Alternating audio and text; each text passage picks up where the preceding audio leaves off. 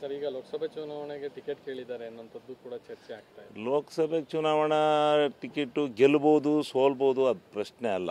ಅದು ಆ ಕಾನ್ಸ್ಟಿಟ್ಯೂನ್ಸಿ ಹೆಂಗಿದೆಯೋ ಏನೋ ಎಂತೋ ಗೊತ್ತಿಲ್ಲ. ಆದರೆ ಅವರ ವೈಯಕ್ತಿಕವಾದಂಥ ಬದುಕಿನ ಮೇಲೆ ಕಪ್ಪು ಚುಕ್ಕಿ ಬತ್ತು. ಜನ ಇದನ್ನು ಸಹಿಸಲ್ಲ, ಇದು ಒಪ್ಕೊಳಲ್ಲ. ಮಾಡಬಾರ್ದು ಈ ಥರ. ಯಾರೇ ಆಗಲಿ, ನಾವೇ ಆಗಲಿ, ಯಾರೇ ಒಂದು ಪಕ್ಷ ಆ ಪಕ್ಷ ಸರಿಯಿಲ್ಲ ಅಂತ ಬಂದು ಆದಮೇಲೆ, ಅವ್ರು ರಾಜೀನಾಮೆ ಕೊಡಲಿಲ್ಲ, ಸೀಟ್ ಕೊಡಲಿಲ್ಲ ಅಂತ ಬಂದಾದಮೇಲೆ ಮತ್ತೆ ಪುನಃ ಇಲ್ಲಿ MLCನೂ ಮಾಡ್ಕೊಂಡು ರಾಜೀನಾಮೆ ಕೊಡುವಂಥದ್ದು ತಪ್ಪು. ಸರ್, ಮತ್ತಷ್ಟು ಜನ ಹೋಗ್ತಿದ್ದಾರೆ ಕಾಂಗ್ರೆಸ್ಸಿಂದ ಅನ್ನೋಂಥದ್ದು ಚರ್ಚೆ ಆಗ್ತಾ ಇದೆ. ಏನು ನನಗೆ ಗಮನಕ್ಕೆ ಯಾವುದು ಬಂದಿಲ್ಲ, ನನಗೇನು ಗೊತ್ತಿಲ್ಲ. ಶೆಟ್ರದ್ದು ಹಂಗೆ ಶಾಕ್ ಆಗಿದ್ದಾರೆ ಎಲ್ಲ ಶೆಟ್ರದ್ದು ಎಲ್ಲರಿಗೂ ಶಾಕೆ. ಇದು ಮೊನ್ನೆ ಇನ್ನೂ ಕೂತ್ಕೊಂಡು ನಾವು ಹೋಗಲ್ಲ, ನಾನು ಇಲ್ಲೇ ಇರ್ತೀನಿ, ನಾನು ಯಾವುದೇ ಕಾರಣದಿಂದ ಇಲ್ಲ ಅಂತದ್ದರು ಏಕ್ಟುಮ್ ಹೋಗಿ ಹಾರ ಹಾಕ್ಸ್ಕೊಂಡ್ರು ಅಂತಂದರೆ ಅದು ಎಲ್ಲರಿಗೂ ಆಶ್ಚರ್ಯಕರನೇ, ಒಂಥರ ದಿಗ್ಭ್ರಮನೆ ಎಲ್ಲರಿಗೂ.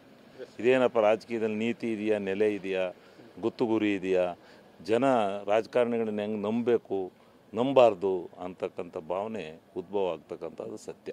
S sir, thank you sir. ಈಗ ಲೋಕಸಭೆ ಚುನಾವಣೆಗೆ ಟಿಕೆಟ್ ಕೇಳಿದ್ದಾರೆ ಅನ್ನೋಂಥದ್ದು ಕೂಡ ಚರ್ಚೆ ಆಗ್ತಾ ಇದೆ. ಲೋಕಸಭೆ ಚುನಾವಣಾ ಟಿಕೆಟು ಗೆಲ್ಬೋದು ಸೋಲ್ಬೋದು ಅದು ಪ್ರಶ್ನೆ ಅಲ್ಲ.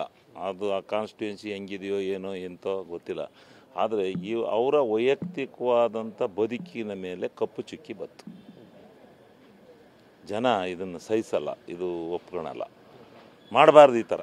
ಯಾರೇ ಆಗಲಿ, ನಾವೇ ಆಗಲಿ, ಯಾರೇ ಒಂದು ಪಕ್ಷ ಆ ಪಕ್ಷ ಸರಿಯಿಲ್ಲ ಅಂತ ಬಂದು ಆದಮೇಲೆ, ಅವ್ರು ರಾಜೀನಾಮೆ ಕೊಡಲಿಲ್ಲ, ಸೀಟ್ ಕೊಡಲಿಲ್ಲ ಅಂತ ಬಂದಾದಮೇಲೆ ಮತ್ತೆ ಪುನಃ ಇಲ್ಲಿ MLCನೂ ಮಾಡ್ಕೊಂಡು ರಾಜೀನಾಮೆ ಕೊಡುವಂಥದ್ದು ತಪ್ಪು. ಸರ್, ಮತ್ತಷ್ಟು ಜನ ಹೋಗ್ತಿದ್ದಾರೆ ಕಾಂಗ್ರೆಸ್ಸಿಂದ ಅನ್ನೋಂಥದ್ದು ಚರ್ಚೆ ಆಗ್ತಾ ಇದೆ. ಏನು ನನಗೆ ಗಮನಕ್ಕೆ ಯಾವುದು ಬಂದಿಲ್ಲ, ನನಗೇನು ಗೊತ್ತಿಲ್ಲ. ಶೆಟ್ರದ್ದು ಹಂಗೆ ಶಾಕ್ ಆಗಿದ್ದಾರೆ ಎಲ್ಲ ಶೆಟ್ರದ್ದು ಎಲ್ಲರಿಗೂ ಶಾಕೆ.